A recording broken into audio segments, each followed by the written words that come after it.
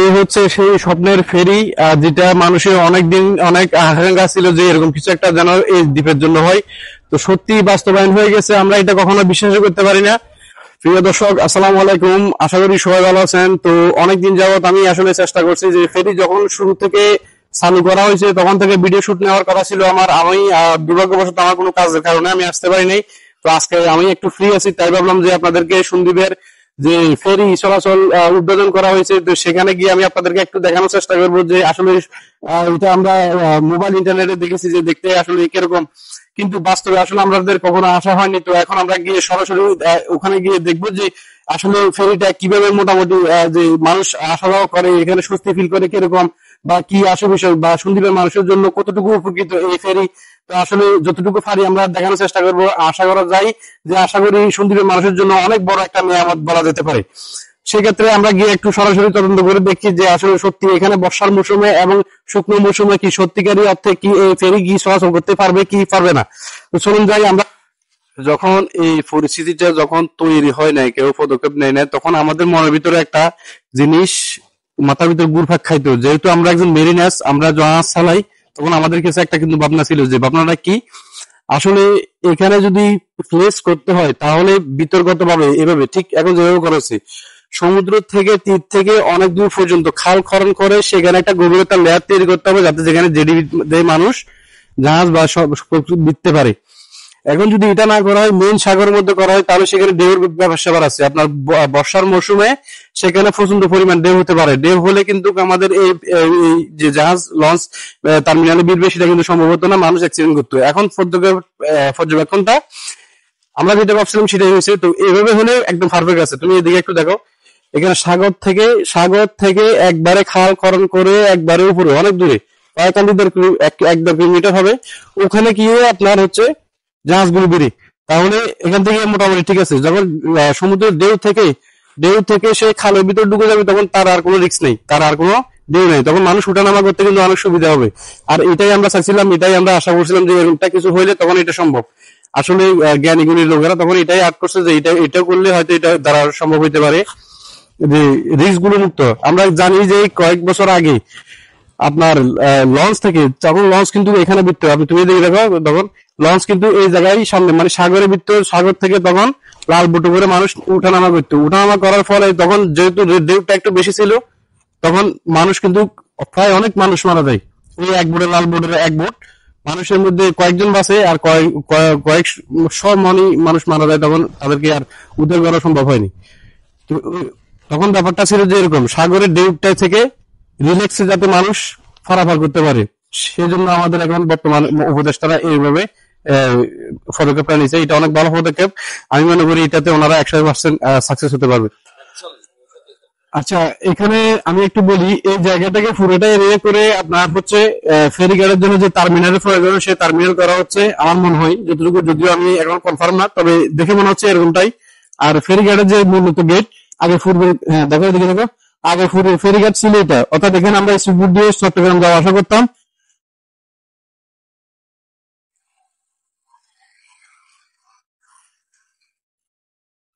টার্মিনালটা অনেক সুন্দর। হ্যাঁ, দূরে ফেরিটা দেখো।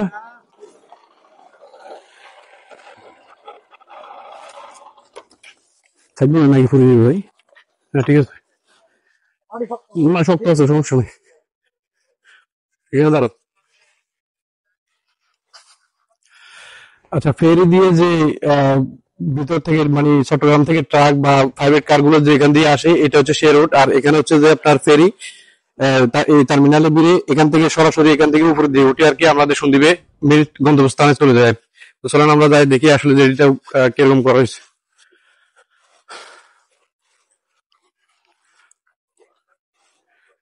আচ্ছা ভাই, নতুন যে ফেরি আছে এটা কি এখানে বিরে না আসতেছে? আচ্ছা, আমাদের ভাগ্য হয়তো খুবই ভালো যে আমরা এই মুহূর্তে আপনার ফেরিটা দেখতে পাবো। একটু উপরে দিকে উঠে কতটুকু আসছে বা কি। আচ্ছা, খুবই খুবই আনন্দের বিষয় যে আমি মনে করছিলাম যে ফেরি আমি দেখতে পাবো না, তো এখন একদম সঠিক সময় আমরা, আপনারা দেখতে পাচ্ছেন যে ফেরিটি সরাসরি সাগর থেকে অর্থাৎ চট্টগ্রাম থেকে এখান দিয়ে হয়ে আপনার ওই টার্মিনাল বেরবে, আর এখান দিয়ে সোজা মালবাহী গাড়ি এবং মানুষজন যত যা কিছু আছে না কেন সব একদম টার্মিনাল দিয়ে সুন্দর করে উঠে এখান দিয়ে সুন্দর করে মেইন রোডে গন্তব্যস্থানে চলে যাবে তারা। দেখেন, আপনারা দেখেন, আমি আসলে সত্যি কল্পনা করতে পারি নাই কখনো যে এভাবে সন্দীপের জন্য এভাবে কোনোদিন যে এরকম বিষয়গুলো কেউ পদক্ষেপ নেবে। তো যিনি নিয়েছেন আমি তেনাকে অনেক অনেক ধন্যবাদ জানাই। এই হচ্ছে সেই স্বপ্নের ফেরি, যেটা মানুষের অনেক আকাঙ্ক্ষা ছিল যে এরকম কিছু একটা যেন এই দ্বীপের জন্য হয়। তো সত্যি বাস্তবায়ন হয়ে গেছে, আমরা এটা কখনো বিশ্বাস করতে পারি না। আমি নিজের চোখের না দেখা পর্যন্ত আমার কাছে এতদিন আনইজি লাগছিল বিষয়টা, যে আসলে কি বা কি এরকম বা কি এরকম একটু অন্যরকম লাগছিল। দেখেন, এখানে আমাদের নৌবাহিনী কর্মকর্তারা রয়েছেন, তারা এই জিনিসগুলো পর্যবেক্ষণ করেন। আর এখন দেখুন যে হচ্ছে সেই ফেরি, আর বিশাল করে এখানে খালকরণ করা হয়েছে, যে কোনো সমস্যার আমি কারণ দেখতে পাচ্ছি না। যখন একটু ব্যতিক্রম হবে জোয়ার ভাটার কারণে, তাহলে সেটাকে আবার ড্রেজিং করে আবার গভীরতা করা হবে। আর একদম খুব স্মুথলি একদম আপনার ইউটার্ন নিতে পারছে ফেরিটি। দেখো এদিকে দেখো, বাণিজ্যিক পণ্য এবং মালামালও নিয়ে আসা যায়, সবকিছু আমি তো কল্পনাই করতে পারি না ভাই।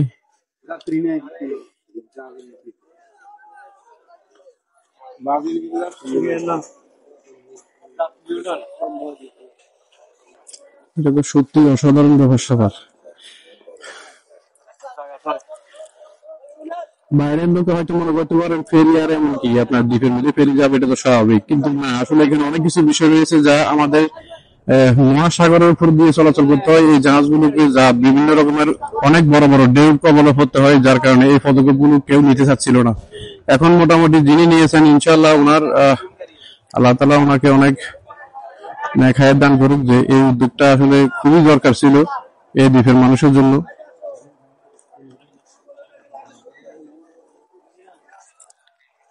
আচ্ছা, এখানে কি ফেরি কি শুধু একটা নাকি আরো আছে?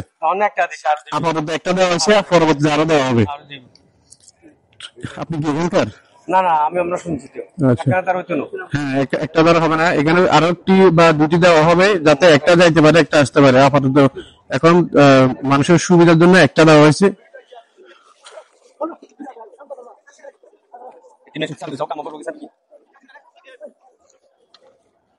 এখানে অনেকগুলো কাজ বাকি আছে, এখনো পুরোপুরি কাজ বাকি, শেষ হয় নাই অনেকগুলো কাজ, কারণ বর্ষার মৌসুম আসলে এখানে পানি আসবে, তো তাই সেই জন্য সেই পদক্ষেপগুলো নেওয়া হচ্ছে।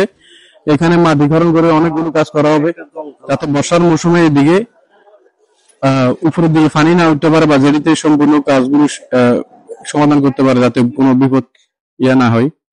আচ্ছা, যাই হোক, আমরা মানুষগুলো কিভাবে নামে সেই দৃশ্যটা দেখি।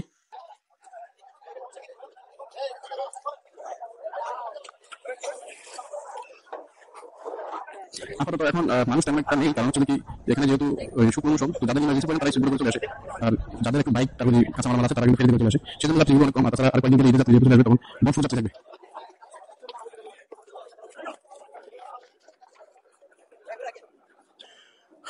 আমরা অপেক্ষা আছি এটা ডাউন দেওয়ার জন্য। গ্যাংওয়েটা ডাউন দিলে এখান দিয়ে মানুষ বাইক নিয়ে তারপরে পণ্য নিয়ে উঠানামা করবে, আমরা সেটা দেখার জন্য অপেক্ষা আছি।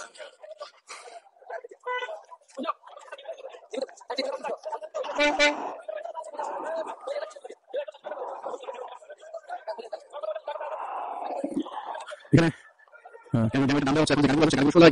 অনেক সুন্দর এবং অনেক উন্নত। আমি আসলে কখনো হবে এখন থেকে সর্বশেষ পর্যন্ত যেতে পারে, আমি মনে করি তবে সাকসেস, কারণ আমাদের বর্ষার মৌসুমের একটা ব্যবসা আছে, যেহেতু আশা করি হয়ে যাবে। যে পদক্ষেপটা নিচ্ছে আমি 99% কনফার্ম যে এই পদক্ষেপটা আমরা সাকসেস হবে, কারণ পদক্ষেপটা খুব ভালোভাবে নেওয়া হয়েছে।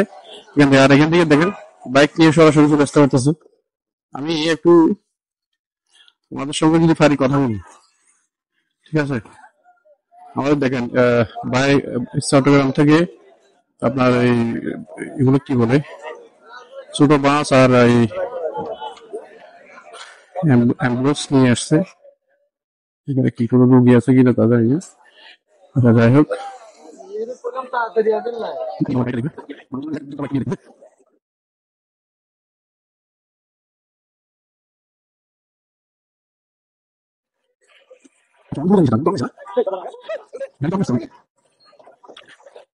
আচ্ছা, ভিতরে অনেকগুলো গাড়ি ছিল, আমি সেগুলো দেখি নাই। এই গাড়ি ছিল, তো এগুলো পিছনে পুলিশের গাড়ি, তারপর হচ্ছে গভর্নমেন্টের গাড়ি, তারপর হচ্ছে আপনার একটু ভিতরে গিয়ে দেখাবো, বেশি ভালো হতো। আমি সমস্যা আমরা দেখার চেষ্টা করি যে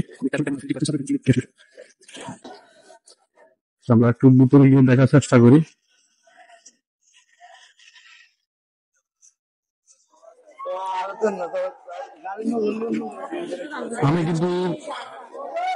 আমি কিন্তু অলরেডি ফেরিতে,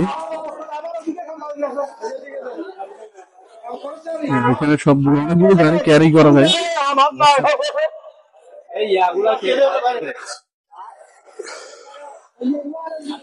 অনেকগুলো গাড়ি ক্যারি করা যায় একসাথে, এগুলো সব গভর্নমেন্টের গাড়ি। আর যাত্রী নিয়ে চলাচল করা যায় এখানে।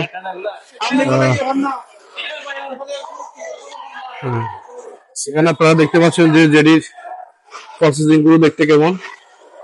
অনেকগুলো গাড়ি ক্যারি করা যায়, অনেকগুলো গাড়ি ক্যারিং করা যায় একদম একসাথে। আমি তো কল্পনা করি যে এতগুলো গাড়ি সন্দীপ আসবে কখনো বাকি। আচ্ছা, সত্যি দেখতে অসাধারণ হচ্ছে। আমি এখন বর্তমানে ফেরিতে, আমি এই ফেরি থেকে কিছুক্ষণের মধ্যে নেমে যাবো। যে এখানে ফেরি হয়তো লোড করে আবার সেই তার গন্তব্যস্থানে চলে যাবে। ফেরির ভিতরে দৃশ্যগুলো আমি আপনাদের কাছে, অনেক বড়, এটা অনেক বড়। সামনে পিছনের সাইডে এখন সব জায়গাতে কিন্তু এটা বাধা যায়। আর পিছনের অংশটা দেখেন, যেহেতু আমি একজন মেরিনাস তাই আমি এই বিষয়ের অভিজ্ঞ। আমাদের উপরে ক্যাবিন এবং ক্রুদের বাসস্থান, আর নিচে যাত্রীদের এবং গাড়ি কেয়ার করার মতো জায়গা। এটা হচ্ছে ফেরির অবস্থা। এটা দেখতে অনেকটা বড়, আর দেখতে একটা 5 তলা বিল্ডিং এর মতো মনে হচ্ছে আমার কাছে, আমি বাস্তবে যেটা দেখলাম। আর এখানে সেফটির জন্য ফায়ার ফোর্স ইত্যাদি, বয়া ইত্যাদি ব্যবহার করা হয়েছে। ইঞ্জিন এ সাইডে একটা, আমার মনে হয় এ সাইডে একটা। হ্যাঁ, এটা সত্যি। চলুন, আমাদের সময় কম, আমরা এখন চলে যাই। আপনাদেরকে অনেক দেখানোর চেষ্টা করছি, যতটুকু আমার দ্বারা সম্ভব হয়েছে ততটুকু। আমি ফেরিটা অনেক উন্নত। আপনার চতুর্পাশে যে সময় যে পাশে বেরানোর দরকার সেটা করতে পারে তারা। সামনে পিছনের সাইডে আমি দেখতে পাচ্ছি এখানে এরকম। আচ্ছা, যিনি উদ্যোগটা নিয়েছেন হয়তো আমি তাকে চিনি না, কিন্তু ওনাকে অসংখ্য অসংখ্য ধন্যবাদ। যেহেতু আমি এই দ্বীপের একজন বাসিন্দা, আমি এখানে বসবাস করি, আমার জন্মস্থান হচ্ছে সন্দ্বীপ। আমি তাকে অসংখ্য অসংখ্য ধন্যবাদ জানাই, এবং সন্দ্বীপবাসীর পক্ষ থেকে, আমার পরিবারের পক্ষ থেকে তাকে অসংখ্য অসংখ্য ধন্যবাদ। আল্লাহ তাআলা তাকে নেক হায়াত দান করুন, তিনি যেন ভালো কিছু করতে পারেন, সেজন্য তাকে আরো হায়াত দারাজ করুন। এতক্ষণ যে ভিডিও করছে সেটা হচ্ছে কি এই লম্পু, আমার বাগিনী এতক্ষণ আমাকে যে ভিডিও করে দিচ্ছে। এখন হচ্ছে সামনে ক্যামেরা দিয়ে আমি নিজে দৌড় করতেছি। এই লম্পুটারে দেখে রাখেন একটু।